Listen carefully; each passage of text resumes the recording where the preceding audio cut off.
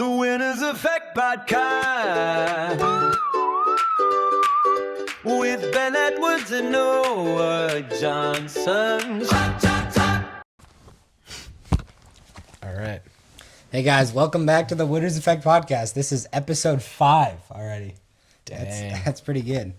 That's pretty good. So, you want to just start with talking about how the podcast with Kostas went? Yeah, yesterday? so I thought it was awesome. If you didn't listen to it, go listen to episode 4. We had Kostas Zaltos. Super great. He was actually really interesting to listen to. There's a lot of gems from that. I feel like the biggest thing that I took away was that he didn't mark any of his throws really in training. And for a sport where, your whole goal is to throw something farther, I feel like obviously you should mark your throws and see how far. But because that's not what he's trying to figure out in practice. He's trying to figure out like the little intricate details that allow him to throw farther. I feel like that can apply to every sport, You don't need to count your free throw percentage like if you're practicing basketball. You just need to focus on fixing your form so you can make more or you can throw farther. Anyway, what'd you take away? Yeah, I thought that was great. I really like his mentality where he talked about how he hates losing and he wants to win, and he kind of takes that into training. And he seems like, obviously you got to have an ego in competition, but he seems like he has a really low ego. He's really comfortable with, as Josh Waitzkin refers to it, he's really comfortable with investing in losses, which, as Ben was saying, a perfect example of that is not always trying to throw the farthest. It's trying to work on the intricate details and technique that'll help you throw farther in the future. I think that's really valuable in every sport. Like jiu-jitsu, for example, is probably the sport I know the most about.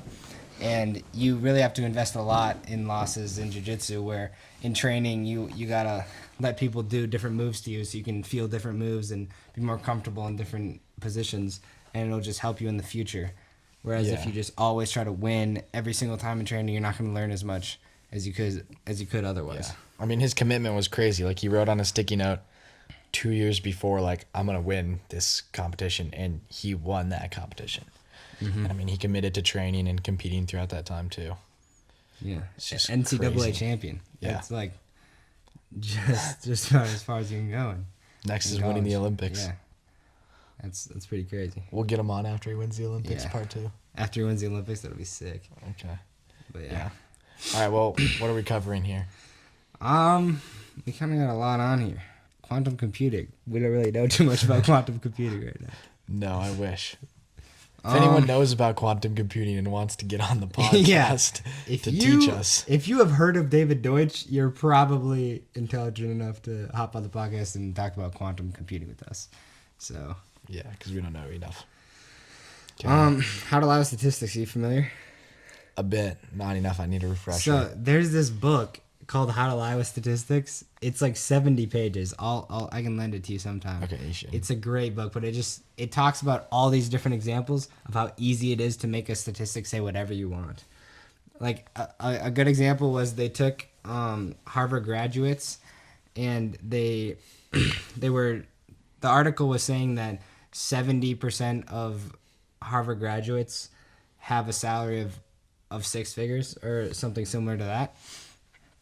And then they pointed out how easy it is to lie, because most of the people who aren't successful and went to Harvard would not be comfortable with doing the interview. So that already shuts out so many potential people. And then the testing pool, oftentimes these statistics don't tell you what the testing pool is, so it could very well just be 1 to 3. Yeah. And then that has very little to no correlation with a large group of people. We go into that in the stats class I'm in. Yeah. There's like, at the beginning, you see there's different things to see if your proportion of people that you took is like randomly distributed. And if it's not, you just say no, and you don't even like do anything on the test because it's not accurate. So it makes sense. Yeah, I'd say the moral of the book is just, whenever you see a statistic, immediately ask yourself, how could you cheat the statistic? And then obviously when you come into any statistic, you should always assume that it's not completely accurate. Yeah. Because it is very likely not. Yeah. That's a good point. But yeah, I loved that book. It was like, it was one of those books where you just read it and it's immediately something you can apply to your life, which is good. Okay. I'm going to go over. So I listened to a bit on sleep. Then I got down the rabbit hole of dreams.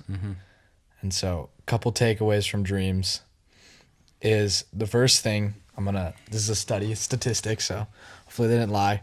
But about 20% of our sleep is rapid eye movement sleep, which is when you dream for the most part, right? As humans. And in other animals, it's around 9%. So it's important to remember. They did a study on rats. I don't know how much it was around rats, where they took away like deep sleep and other kinds of sleep and left rapid eye movement sleep. And the rats died in 60 days. And then they took away rapid eye movement sleep, which is less of their sleep. And the rats died quicker. So, I mean, we don't know what dreams do, but from that, we could tell that they're just super important. And I thought that was really interesting because I feel like they're overlooked. But clearly, there's something really important going on. And like the guy that invented the sewing machine, he invented it in his dream. Like he had this nightmare. And after he woke up, he was like, if I just move the whole of the needle from the top to the bottom, my machine will work. So his brain just like organized information. Yeah, dude, I had a crazy dream the other day. Oh, it was. Does the podcast get to hear it? The podcast gets to hear it. Okay. It was scary. I was getting tortured like in the middle of a highway. Dang. It was crazy. I couldn't do anything. Okay, so what do you think of dreams? Are they to like organize information, to remember, I feel like to forget? I can feel like there's something more with dreams. Like I feel like there's something there, because I can definitely remember times where I've had dreams where I do a certain skill that I've never done before, and I feel completely competent in it afterwards. Yeah. So I feel like there's some value there, and there's something that I don't really understand. I mean, from this study, there has to be like value in it, but Yeah. where is it coming from? I don't know. I feel like you literally can learn things though in your sleep. Yeah, I Like agree. even like physical skills, like dreaming.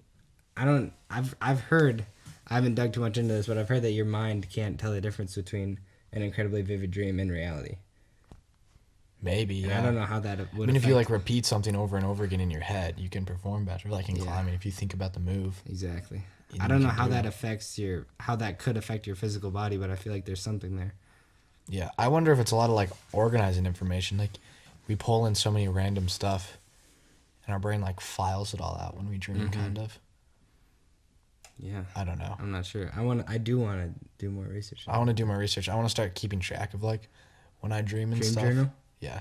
Yeah. There's this really good quote, but I'm not gonna be able to remember it. The gist of it was like, it's not like a productive life if you're not keeping track of what's going on or Yeah. something like that. It was in the podcast I listened to, Yeah. and it was really good. How do you feel about like lucid dreaming? They talked about that, and I don't think I've ever had like a lucid Yeah. dream that I can remember. But I know that there's people who like will I know. like take measures to try and do it. Yeah. And like train it over time. Okay, Like I'll explain lucid train dreaming the to the skill people of real lucid quick. dreaming. So it's pretty much where you are consciously aware that you're dreaming, but you're in still a dream state, and you can kind of control what's going to happen in your dream to an extent. Mm-hmm. So the thing that went into the book is like, if you're thinking about just sleep, right, that's a very light form of sleep. So if you're trying to get a really good night to sleep and 1 hour in the morning is a lucid dream, you're probably not going to have as good of sleep. Mm-hmm. But then if there's something really good going on, there was one part where he's like, lucid dream's kind of like a new thing. So if we're thinking about human evolution, right? If that's kind of the newer form of dreaming in the next couple of years, we shouldn't be worried about AI. We should be worried about people that lucid dream. Mm-hmm. Which I thought was really funny. I mean, super like futuristic take, obviously. Mm-hmm. But I don't know. What do you think of it? I don't know, man. I don't think I've done it before. I don't know how. So I don't know what it's like. We should start. Because people describe it as like you can do anything and you I can know, really like you control just it. like fly or whatever. I know, and that seems enticing, but I just have never like thought about it too much. Okay, wait. At the start, this is so funny. At the start of the podcast, let me find where he said that. Okay. When we dream, we're hallucinate and we're delusional because we're believing that things didn't happen, which obviously they didn't happen. They aren't real. And I think that's really weird to think about. That like everyone becomes like, they start hallucinating when they dream. and you never think of it that way. But it's weird. Yeah. I remember now that when I was little, I'd always have the exact same dream. It would just happen in different places where I would just flap my arms and I could fly with just my arms. What? Yeah. I don't How would know. I say this dream? I would have that dream on repeat. Though. Where there's this like in our house behind my brother's bed, there's this like secret slide that led out of our house, Yeah. and it was so sick. And I'd always check for it when I wake up. Yeah. And then I get out of bed and I try to fly. And then you just have autism. Yeah. Oh, that's funny. That's so good. Okay, there's one more point that I want to cover. Let me find it real quick. Okay, yeah.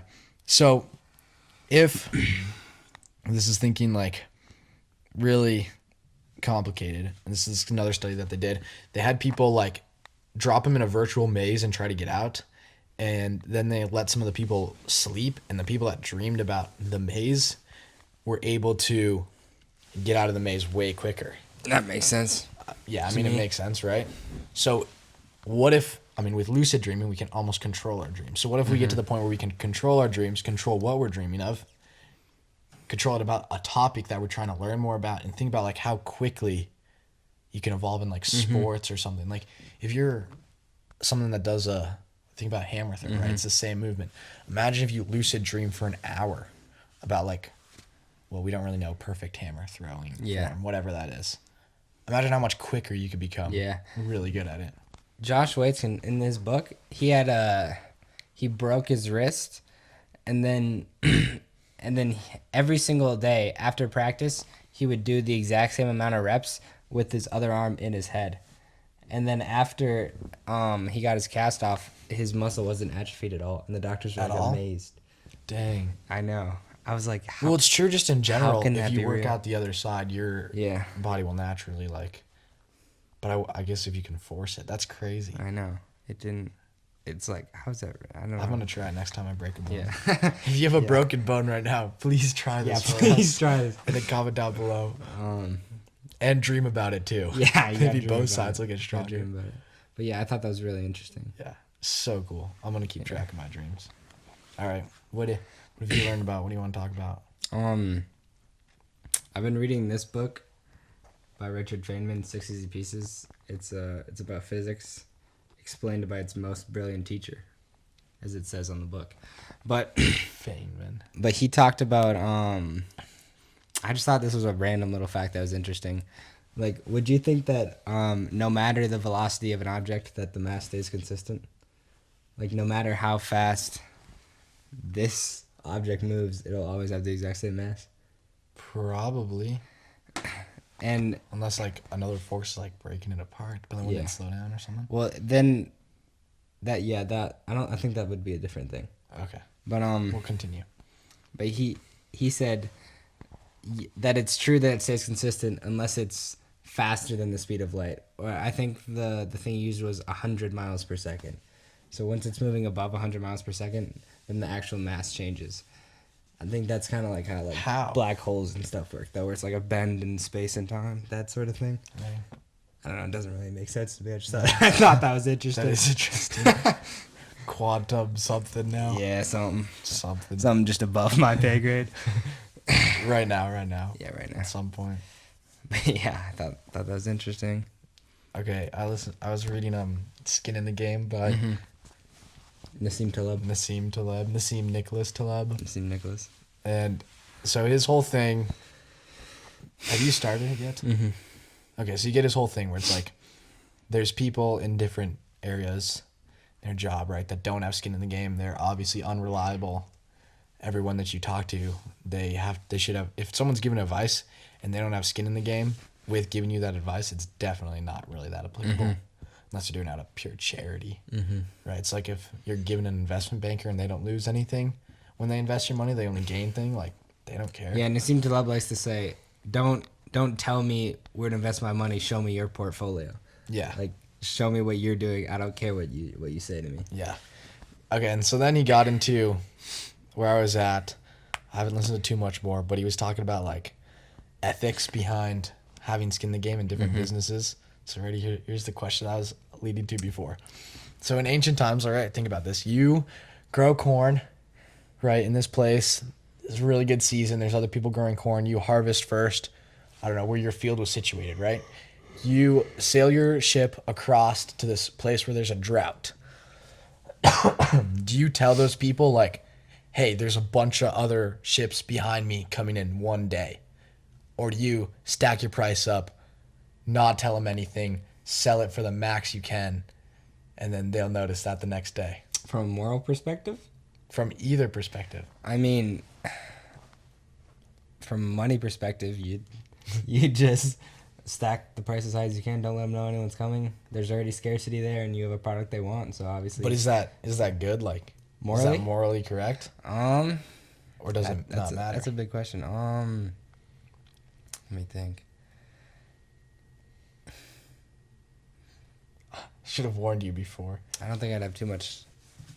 I think I'd be able to sleep all right. That's good. It's hard to think about because in different countries and how you grow up, I mean, you think differently, I feel like. Mm-hmm. Like in a really capitalist country like America or something, right? Like, that seems just fine. Mm-hmm. But then, like, the more you think about it, like, if it was in, like, a perfect world, right? Mm-hmm. Then that would not be something you would do. For sure. And so if we're all trying to be perfect, then is that really a morally correct solution? I mean, it's definitely a very imperfect world already. Yeah. I don't know though. But are we going to contribute to it? Certainly negatively. So I don't know. I don't know. Interested. Would you? I What'd don't you know. do? I don't know what I would do. Probably. I might give him a little leeway. Yeah. I might just sell at regular price. Not tell him. Sell at regular sell it price. all out. Tell them, like, hey, man, there's other people coming, but I was here first. Can you buy my corn? But then would they really buy your corn? If they're, no? They'd be pretty hungry for a day. I don't know. I don't know. It would be so difficult. Yeah. I wish I could think of, like, more examples. That was just the one they gave in the book. But I really liked what you said about the skin in the game. I like to talk about that a little more. Okay. I think that generally you should not take advice. Like, you should always take it with a grain of salt. Like, I feel like the most valuable thing is how much you know about yourself, because most advice is not going to be applicable to yourself. And most advice that, even if what you're trying to do is create a tech startup and Elon Musk gives you just perfect advice, a perfect blueprint, as we've talked about in other podcasts, obviously that advice isn't going to work for you, because we all go through different things. We're all completely different people, and no advice is just applicable to everyone. Yeah. And I'm sure they're going to get into this more, but, like, especially if someone has a desire to give you advice, like if someone's selling a course or if they're sponsored by a brand, they literally have skin in the game opposite from what they're doing. It's important that they just sell it. They don't care about anything else. So how can you take advice from someone that's marketing their course? Like, they have skin in the game backward. Yeah, you always got to ask what this person is trying to get from you. And that way you can tell if your information's more reliable. But yeah. And they're probably aligned with statistics too. But yeah, Sam Altman, he's the creator of ChatGPT, OpenAI. He said his biggest mistake is that he took too much advice from people, and he undervalued himself as a problem solver and overvalued other people as problem solvers. And he thinks he would have been more successful if he would have just more successful. stayed true to himself. Wow. And not, listen to what other people said. Yeah. That's a good call. Because I think it's so easy to be led astray. Even if someone has just the best intentions for you, it's so easy for someone to lead you astray. Especially people who really care about you, like your family, like your grandparents and parents. Like, they're going to be, because they want the best for you. They want that, like, secure job that they understand that makes complete sense to them. Like a 9-to-5, for example. Because they just think that there's too much uncertainty with other options. Yeah, like they don't want to put their skin in the game. Entrepreneurship and such. And they still want the best for you. It's just that they don't understand that there's other options out there, and they just want you to be safe and, make sure that you have a reliable income. I agree. Like, we were just talking to some guy about e-commerce, and I kept making me think about skin in the game. Like, the most successful people in whatever thing, they don't just, like, go half-heartedly in. They don't just put in half of what they're okay putting in. They just put in way more than they're okay putting in. Half of them lose. But when it does work out, I mean, they're full skin in the game. Yeah. They're gonna keep pushing then, and that helps a lot. Like Elon with Tesla, he had to Yeah. sell a large amount of his shares just to keep it going in the early Yeah. days. And now it's going Yeah. because he cared about it. It's going all right. It's going. It's probably because he has like special needs and he can just care about something so much. Yeah. That's he the whole is- IQ bell curve again. He is incredibly a high IQ. Yeah. Okay. I was thinking about this earlier. This is for people listening. Kind of our timeline of this. We're on the 5th episode. I feel like we haven't really told you guys like the goal of the podcast, like what we're trying to do. So we're just trying to get like really interesting people on to help us learn about different things and help you guys, and talk about like with people that you might already know, but the different side that maybe they haven't talked about, a lot of the mental aspects. And then at the same time, we'll do individual podcasts still and kind of document like how we're going with the information we've learned and our new ideas that we're obviously going to try to come up with. But that's in the future. Yeah, that was well put. Yeah. Anything else you want to add to our podcast timeline? Just going to the top. Joe Rogan, you better watch your back, bro. No, we need to get Joe Rogan on the I'm podcast. just- You can't say just anything kidding. mean yet. I'm just kidding. Because if Joe Rogan's on, then we're on Joe Rogan's podcast. This Think guy about gets it, think This guy about it. gets it. But yeah, the goal is just keep growing day by Yeah. day. And then, just go to the top. That's the goal. That's the plan. That's We the timeline. should get on Joe Rogan's podcast. Yeah. I'll shoot him a DM. Joe Rogan, if you're listening. I'm pretty I got his number. I'll shoot him a text after this. Yeah. Anything happened to you in the last week that you want to talk about? Just in your life? Other than school, actually, talk about my paper. Oh, yeah? So I use like Grammarly and stuff to help me edit my paper because Naturally. I don't know how to spell. Anyway, my teacher emailed me that my paper was 36% AI. It was my own thoughts, so I don't know how it was AI. I checked, Yeah. it wasn't. And she says, my next paper comes back with AI, I'll fail the class. I checked it on like a bunch of different websites, and some of them came back with over a 90% AI, which is crazy because it's completely my own thoughts. It's quotes that like I found. I've just used stuff to help me edit it. I can't undo to the rough draft, so I just might be cooked. I don't know what to do. What do you think? I mean, I feel like AI should be more allowed in school. Like, if it's Yeah. our own thoughts, AI should help us edit it. That's Yeah. how it's going to be in the I don't real world. know. Why? So you just used AI to help edit it? Yeah. That's it. But I feel like that's what it. I think that the main thing those like checkers check is like the punctuation and like because AI is I like know. pretty unique with punctuation and spacing. So that's what I was thinking I was going to do. I was just going to go through and, like, retype it all Mm-hmm. in different punctuation and more basic wording Yeah. with, like, end of periods and stuff. See if Mm-hmm. that fixes it. But, I mean, I feel like it should be something we're allowed to use. Yeah, I agree. Like, it's weird that this is something I was thinking of. It's a universal term that you can say real world talking about outside of school. Like, school should be the real world, but it's not. It's totally different. Mm-hmm. Like, we're learning how to use graphing calculators when I literally have AI at my fingertips. Yeah, that's a good point. Watching YouTube videos on how to plug it into my calculator from 1990. Yeah, I definitely do think it's valuable for writing though to not use AI. Yeah, at least But- your own thoughts for sure. Yeah, and if it's on something you're interested in, it's just I mean, I feel like it's punctuation. a lot you can easier use for it me. for. Yeah, for sure. Okay, here's another thing I was thinking about. Ready? Like, every word has a correct way to be spelled, but is that like completely necessary? Because like, what if people are allowed to get creative with their spelling? I mean, have you seen the old English? It's changed quite a bit. but to like put in like different emotion based on how they spell a word. Mm-hmm. You know what I'm saying? Yeah. You got some new words you're creating? No, not new words, but I was thinking like just different spelling. Yeah, Like we don't need to have mandatory spelling if everyone can still read it. I guess. I guess. I mean, I feel like punctuation's changing too. Like, Yeah. at least in my class, our teachers like allowing us to use different punctuation Mm-hmm. to get our point across. So I wonder if the future English is going to be more open and not as structured, Yeah, I don't know. especially if it's going to become more of a universal language. I don't know too which much it about already is. languages. I've never like tried to learn a different language. I kind of struggled in Spanish, and I've never Yeah. like actually like wanted to learn. I mean, all I know is that a bunch of other countries are teaching their kids English because it's the most monetizable language. Can I say that about a I language? think that's definitely true. I don't know. It's pretty universal. It's not the obviously most spoken, but Yeah, I'd say it's the most monetizable for sure. yeah. I don't even know if you can use that word to describe a language. I think it makes sense. hopefully. All right. My chess game has not been going very well. You lost. I've been losing a lot. I've been making a lot of blunders. I don't know. I don't know if it's because I haven't been sleeping very well since my dream. No, That would definitely be why. I think my sleep schedule is a little messed up right now. Well, fix your sleep schedule. I just listened to how important that I is. know. I don't know what it's from. I feel like it's from because now I have Instagram on my phone for all the DMs and stuff, Yeah. and I feel like the short form just gets to my head, even though Okay, I feel like it does too. all I'm doing is just.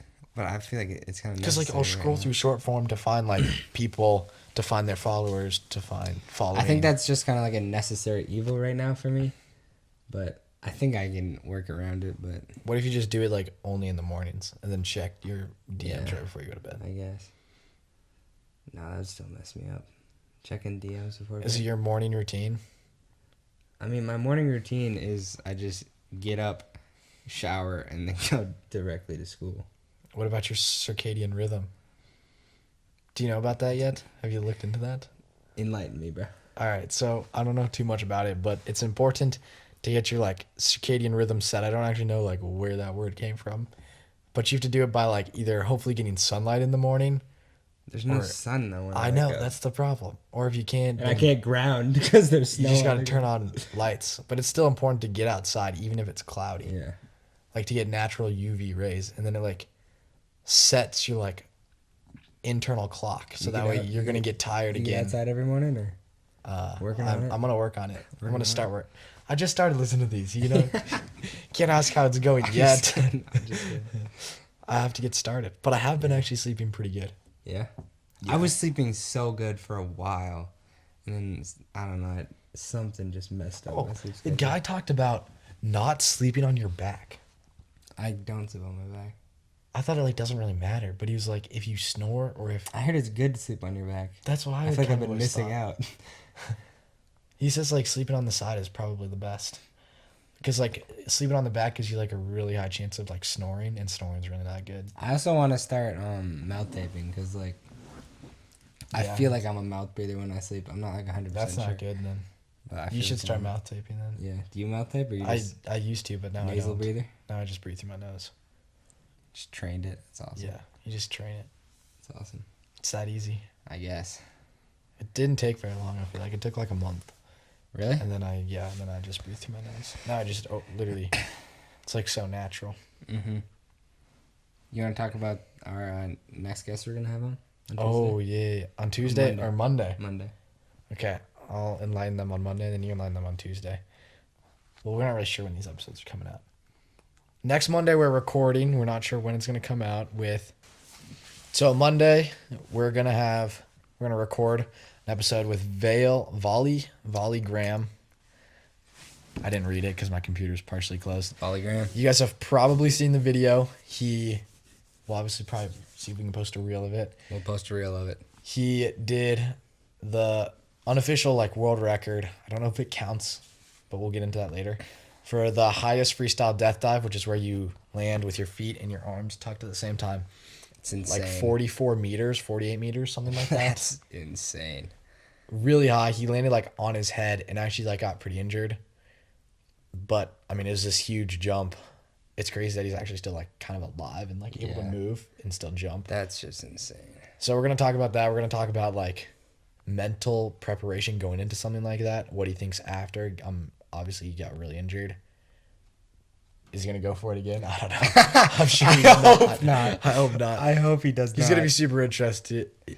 He has an Australian accent too. Yeah, I'm excited to talk to him. He All seems right. like a legend. I Yeah. mean, world record holder. Actually, he's gonna be so sick. like the #1 in the world at what he does. I mean, when I DM'd him, I was like, I feel like you have so many cool stories, and he was like, "Thanks for reaching out. I definitely feel like I do as well. Like, That's This awesome. is exciting." So, I'm excited. okay, we'll talk about the next guy. In the next episode. Do we give him a sneak peek of anything about him? Nah, we'll wait. We'll wait. No, we'll keep it niche. But get excited for Volley Graham. Yeah, if you want to learn how to death dive, yeah, I don't know. He's a beast. Learn because it's Yeah. cool. That'll be a lot of fun. All right. What else do we got on here? Recently, I bought a new computer right here. This was a long journey for me because I had my old MacBook. It was just too slow. It was old, and it like I couldn't edit videos very well on it. And then I got a new computer, which just it was not what I thought it was, and I had to return it.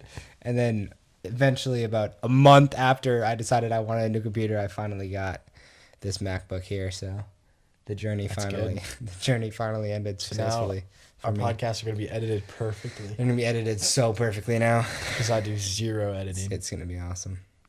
Yeah. It's gonna be awesome.